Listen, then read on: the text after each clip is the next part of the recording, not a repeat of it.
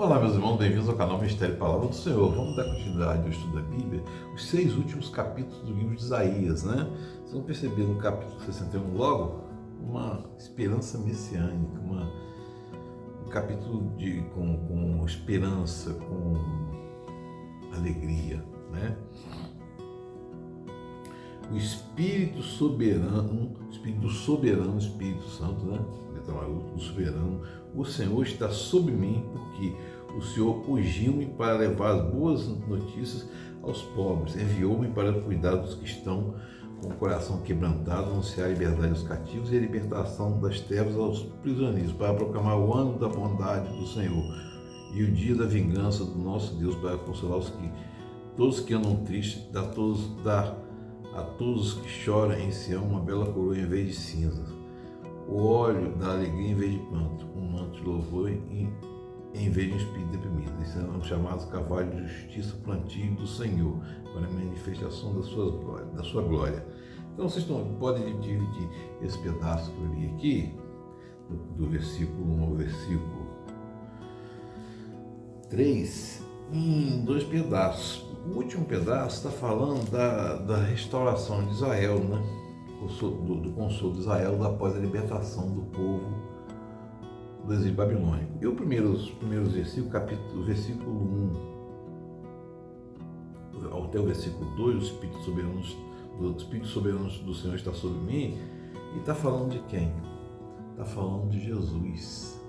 O Espírito do soberano do Senhor está sobre mim, porque o Senhor ungiu-me para levar as boas notícias aos pobres, enviou-me para cuidar dos que estão com o coração quebrantado, anunciar a liberdade aos cativos e libertação das trevas aos prisioneiros, para proclamar o ano da bondade do Senhor. Está falando do nascimento do Cristo, está falando de Jesus aqui, anúncio do Evangelho, liberdade das trevas do pecado, da condenação e dos corações quebrantados ou arrependidos, né? Aliás, Jesus leu esse trecho de Isaías na sinagoga, né? Abriu o rolo e está lá. Então, está mostrando aqui a bondade do Senhor, e está mostrando a bondade do Senhor, e está mostrando o anúncio de Jesus Cristo aqui, né? Conforme vocês podem ver. Porque só existe um ungido, Messias, quer dizer, um ungido, é o Senhor Jesus Cristo, né? E aí, mais para frente, ele vai continuar falando da libertação de Israel, né? Eles reconstruirão as velhas ruínas, restaurarão os antigos escombros, renovarão as cidades arruinadas que têm sido devastadas de geração em geração. Gente de fora vai pastorar o rebanho de vocês, estrangeiros trabalharão nas suas campos e vinhas, mas vocês serão chamados sacerdotes do Senhor. Aqui está falando dos estrangeiros trabalhando na terra de Israel, né? E está falando aqui da restauração do próprio Israel. Mas também a gente vê aqui qual é o objetivo de Deus ter criado Israel. O objetivo de Deus ter criado Israel é o quê? É levar a palavra dele e fazer Deus conhecido em todo o mundo. Por quê? O sacerdote apresenta Deus ao povo e o profeta apresenta o povo a Deus. Essa é a diferença. Então, ou seja, não é que todos seriam sacerdotes na acepção da palavra, de pastorear, de ser chefe de alguma igreja na época ou sinagoga, mas no sentido de falar a palavra. Nesse sentido, Jesus Cristo, quando nos deu a igreja, nos deu a nação igreja, o povo escolhido da igreja na nova aliança, era para que nós sejamos, como igreja, uma nação e pessoas em processo de santificação, mas que leve a palavra a todos. Tanto que ele estabelece a grande comissão e de levar a palavra a todos os povos até os confins da terra. Então,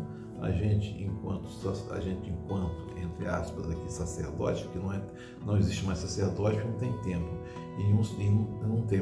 Não existe mais sacerdote, porque os sacerdotes eram ungidos sacerdotes pelos profetas. Todas as profecias estão na Bíblia e não há mais profeta. A gente tem o ato profético de ler a palavra da Bíblia, que é você, através da iluminação do Espírito Santo, entender a mensagem nas entrelinhas, né? Então, a igreja tem a função, nós como igreja temos a função de levar a mensagem e por isso sermos, na acepção da pregação da palavra, uma nação de sacerdotes, né? Capítulo 62, vocês vão ver que vai falar, quando nós falamos da restauração, porque vai dar um novo nome a Sião, né? Jerusalém ou Sião, né?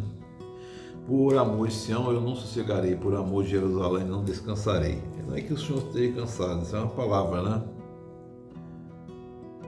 Enquanto a sua justiça não resplandecer como a alvorada e a sua salvação como as chamas de uma tocha, as nações verão a sua justiça, e todos os reis e sua glória, você será chamado por um novo nome que o Senhor lhes dará, que a boca do Senhor lhe dará.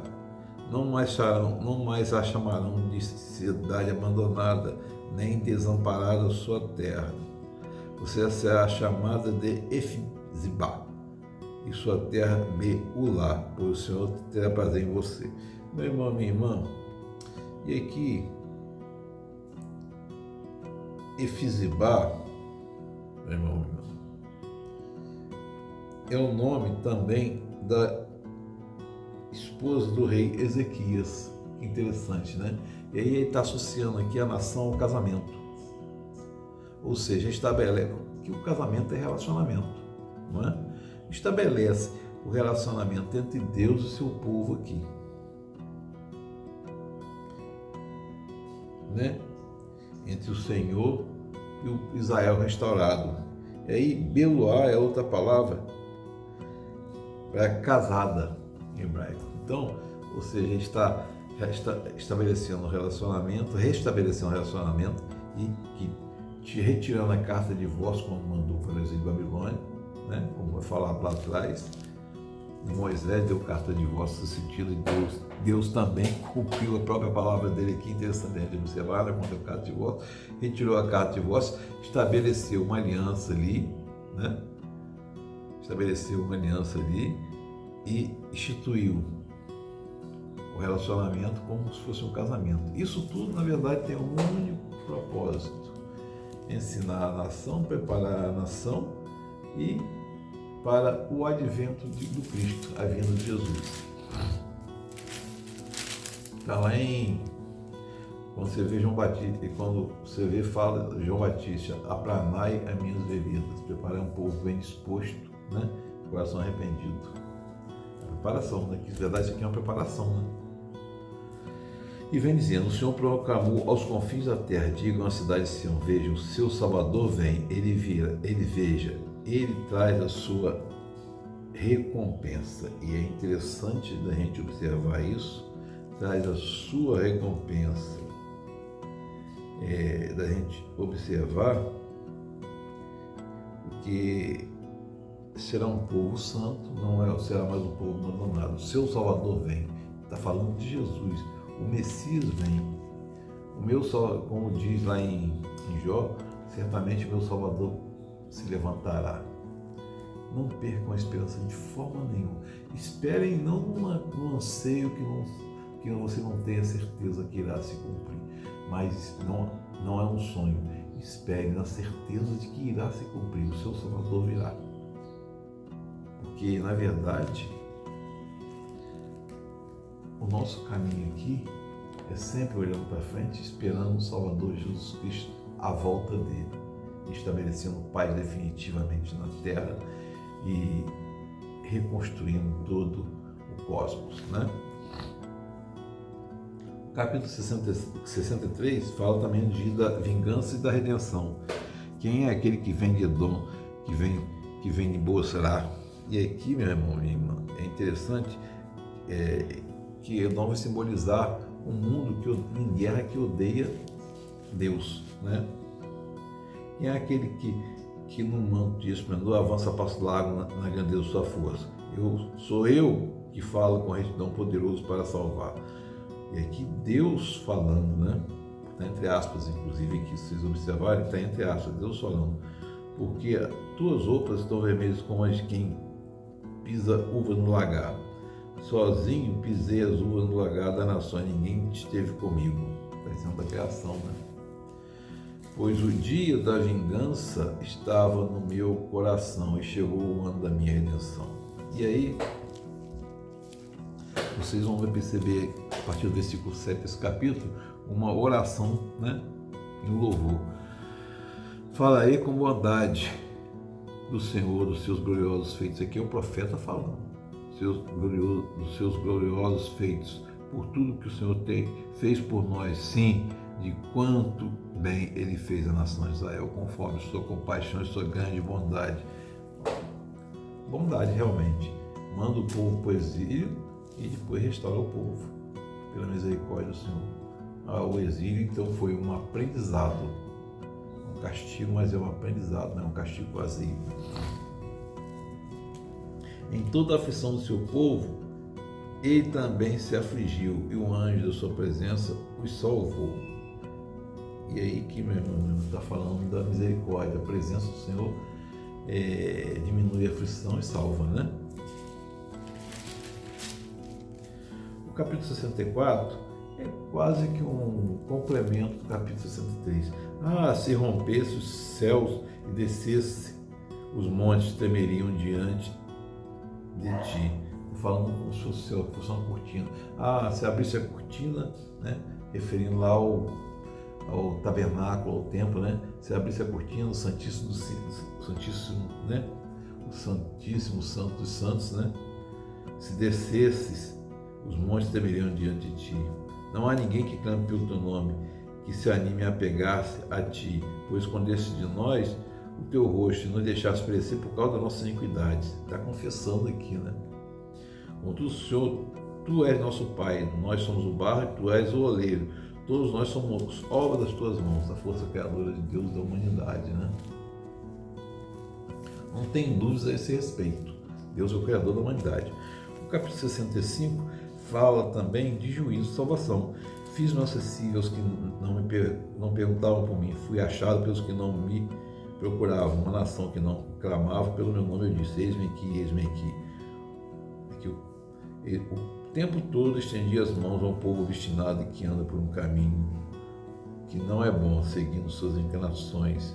Esse povo, sem cessar, me provoca abertamente oferecer um sacrifício ao jardim, queimando incenso e altar de tijolo. Está falando da idolatria, né? Fala o tempo todo da idolatria. Não ficarei calado, mas darei plena e total retribuição, tanto por seus pecados, como pecados dos seus antepassados, diz o Senhor, né? E terminando esse capítulo, vem aqui, pois vejam, criarei novos céus e nova terra, e coisas passadas não serão lembradas, jamais virão à mente. Alegre-se, porém, regozijem para sempre no que vou criar. Aqui está falando da criação, da restauração de Israel, meu irmão, minha irmã, mas também está falando da segunda vinda de Cristo, está falando da esperança da vinda, né? A esperança messiânica da segunda vinda, da restauração dos novos céus e nova terra. Um evento cosmológico, né? Tanto que vem aqui, o lobo e o cordeiro comerão juntos, e o leão comerá feno como o boi, mas o pó da terra será comida da serpente, ou seja, destruição e a derrota completa do tentador, né? Ninguém fará nem mal, nem destruição. Olha só que interessante. Em todo o meu santo monte, diz o Senhor. E o último capítulo 66 é um capítulo de julgamento e esperança. Assim diz o Senhor, o céu é o meu trono e a terra o estado dos meus pés. Que espécie de casa vocês me edificarão? Este é o meu lugar de descanso, não foram minhas mãos que fizeram todas essas coisas, e por isso vieram a existir, pergunta o Senhor. E aqui a gente vê, meu irmão, minha irmã, o questionamento de Deus a respeito de Israel e falando da soberania dele, do poder criador dele, né? Assim como novos céus e nova terra, eu vou criar serão duradouros diante de mim, declara o Senhor, assim serão duradouros descendentes de vocês o nome e o seu nome. Está falando da descendência aqui de Israel, né? Dizendo que Israel seria a nação do Cristo, a nação onde nasceria Jesus, né? De uma lua nova a outra, de um sábado a outro, toda a humanidade virá e se inclinará diante de mim, diz o Senhor. Aqui, então a gente viu esses últimos capítulos aqui, profecias messiânicas, mas também escatológicas, né? Meu irmão e minha irmã, depois desse precioso ensinamento, que o Espírito Santo de Deus esteja sobre nós, nos confortando, nos consolando para fazermos entender a mensagem. O próximo livro que nós começaremos a estudar vai ser o livro de Jeremias, que é o maior livro da Bíblia em quantidade de palavras. Deus nos abençoe.